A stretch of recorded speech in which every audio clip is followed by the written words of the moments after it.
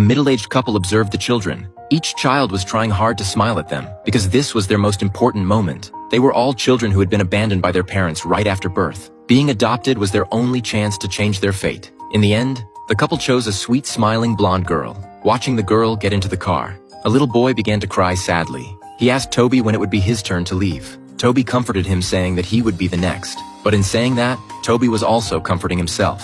He had waited for over 20 years and still hadn't left. He had never seen his parents after birth, nor had he been adopted by anyone. But fortunately, he was favored by the orphanage director. The director was a gynecologist. He made a living by helping girls with unplanned pregnancies and caring for the orphans. Toby helped the director every day, making him somewhat of a doctor himself. As the director grew older, he had to rely on anesthesia to fall asleep.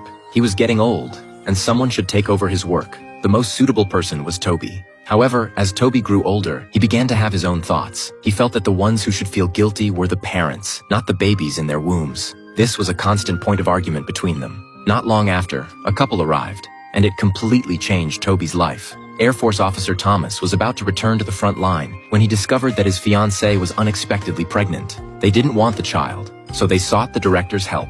During their wait, Thomas asked Toby why he hadn't served in the military. Toby explained that he had a heart condition. Then, an audacious idea popped into Toby's mind.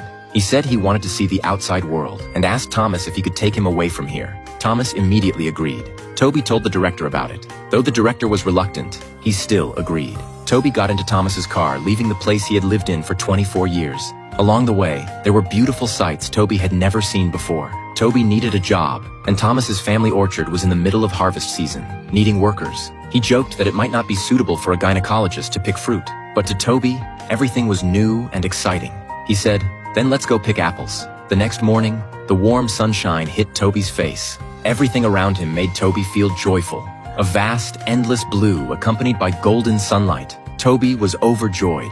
Soon after, Thomas took Toby back to his house. The orchard workers, hearing that Toby was going to work with them, thought it was a joke. Kofi said meaningfully, "We're making history having this young man stay with us." Toby moved into the dormitory. He remembered how the director used to tell them a bedtime story, and then always say, "Good night, you princes of Maine, you kings of New England." The next day, he began working at the orchard. Toby worked hard. Although it was all physical labor, he was very happy. After Thomas left, Elena often visited Toby. She took him for rides and to an open-air cinema. She even asked Toby to hold her. Toby loved the sea. They went to the beach to have fun. That's how sparks of love started to form between them. Toby often received letters from the director. The director, like a father, always cared about him, and never forgot to remind Toby that he was a doctor. One evening, Toby saw Kofi arguing with his daughter.